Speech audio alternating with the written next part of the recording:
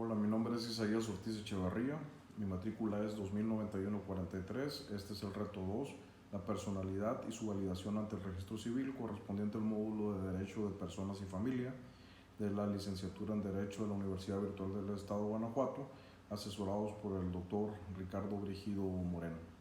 Al hablar de los atributos de la personalidad, estas son cualidades que identifican e individualizan un sujeto de derecho a fin de ubicarlo dentro del orden social y jurídico. La doctrina establece como atributos de la personalidad la capacidad jurídica, el nombre, el domicilio, la nacionalidad, el patrimonio y el estado civil. Al hablar de nombre, el nombre puede definirse como las palabras que nos identifican a una persona a fin de que los actos sean individualizados por el ordenamiento jurídico y que generen consecuencias que le sean atribuidas a ella y a nadie más. Este nombre debe ser inscrito en las oficinas del registro civil para su conocimiento de terceros.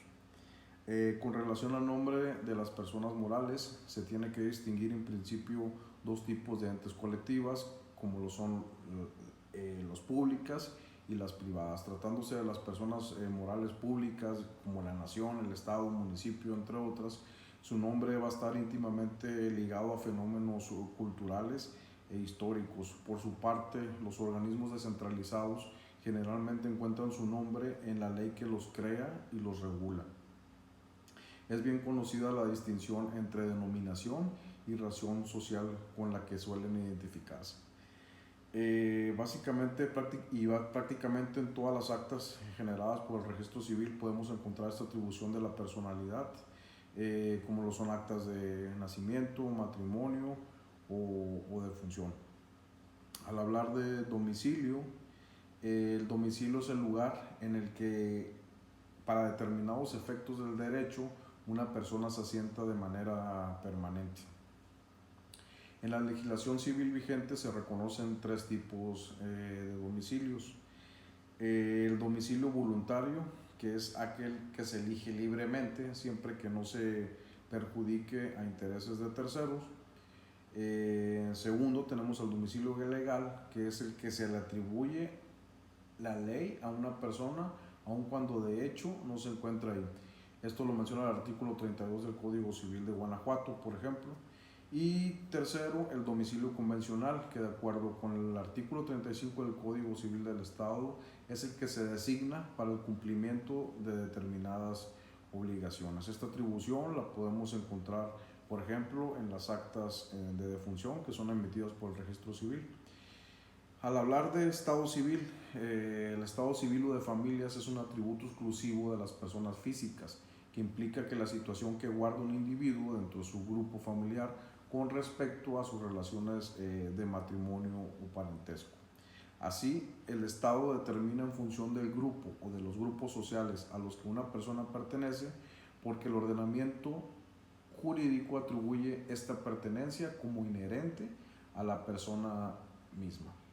Al hablar de capacidad jurídica, la capacidad es la aptitud que tiene la persona para ser titular de derechos, sujeto de obligaciones y en su caso ejercer esos derechos, cumplir esas obligaciones y celebrar actos jurídicos por sí misma. Ahora bien, de este concepto genérico se desprenden dos especies de capacidades.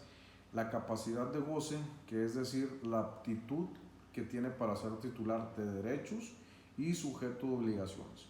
Todo sujeto debe de tenerla, ya que de suprimirse carecería de razón de ser de la personalidad, porque impediría ante la posibilidad jurídica de actuar de esta persona.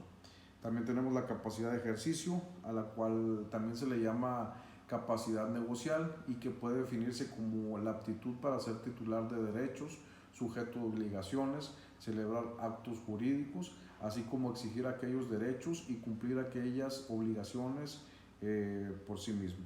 Tratándose de personas físicas, la capacidad de ejercicio está sujeta a condiciones propias de los seres humanos como la edad, circunstancias físico-mentales, entre otras.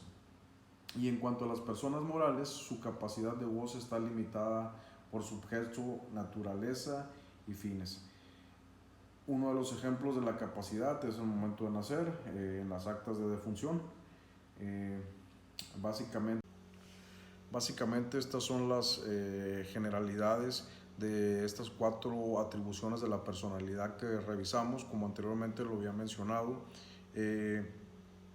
El nombre prácticamente aparece en todas las actas que emite el registro civil.